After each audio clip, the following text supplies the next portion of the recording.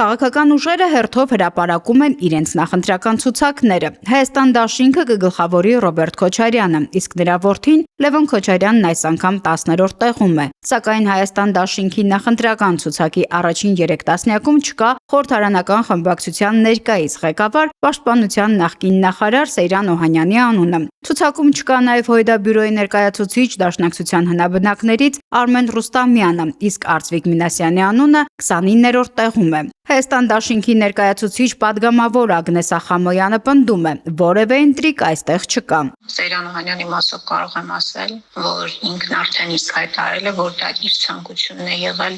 չներառվելու ցուցակում եւ տեղը զիջելու ավելի երիտասարդ սերնդի ներկայացուցիչներին, այլ գործող падգամավորների մասով էլ կարող եմ ասել, որ նաեւ իրենց ցանկությամբ է եղել, բայց դա չի նշանակում, որ նրանք չեն շարունակում մնալ մեր թիմում։ Այս դաշինքում է Երևանի ավականու Մայր Հայաստան խմբակցության ներկայացուցիչ Մեսրոպ Մանուկյանը, մինչդեռ Մայր Հայաստան կուսակցությունն իր ղեկավար Անդրանիկ Թևանյանի գլխավորությամբ Գագիկ Ծառուկյանի կողքին է եւ նրա Բարգավաճ Հայաստան կուսակցության ցուցակում է ընդգրկված։ Մանուկյանի այս որոշումը պայմանավորված է ընդհանուր պայքարի անհրաժեշտությամբ։ Մեր դաշինքի առաջնորդը այն կերպարն է,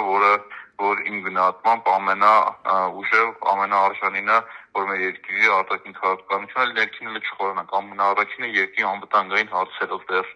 ուտենց բառում բաղում այդ հիմնավորում դրել, ինչի համար են որոշել մասնակցել։ Ռուսաստանահայ գործարար Սամվել Կարապետյանի ուժեղ Հայաստան կուսակցության ցուցակը կգլխավորի եղբորորդին Նարեկ Կարապետյանը։ Ցուցակում ընդգրկվել են տարբեր քաղաքական գործիչներ, որոնք էլ ասոցացվում են Սերժ Սարգսյանի ու նրա շրջապատի հետ։ Օրինակ Էդգար Ղազարյանը պնդում է, որ ինքն այնտեղ է, որովհետև այդ ուժին է տեսնում իշխանության դեմ պայքարի առաջամարտիկ։ Միշտ փորձել եմ աջակցություն ցուցաբերել այն ուժերին, ովքեր որ եղել են առաջամարտիկի դերում եւ պայքարել այս իշխանության դեմ։ Այս պահին նման կարգավիճակ ունի, այսինքն ընդդիմադիր դաշտում ամենաառանցքային ազդեցիկ ուժը դա Սամվել Կարապետյանի առաջնորդած ուժեղ Հայաստան Սամվել Կարապետյանի հետ քաղաքական թիմն է։ Այսօր իր նախընտրական ցուցակի առաջին մասը հրապարակեց նաև Բարգավաճ Հայաստան կուսակցությունը, որը կգլխավորի Գագիկ Ծառուկյանը։ Նրա թիմակիցները եւս պնդում են, ձգտում են հաղթանակի։ Փաստորեն ընդդիմադիր տարբեր թևեր դեռ քարոզարշավը չսկսած միմյանց սկսել են մեղադրել ու համոզել, որ հենց իրենք են ամենաընդդիմադիրը։ Հետաքրքիր է,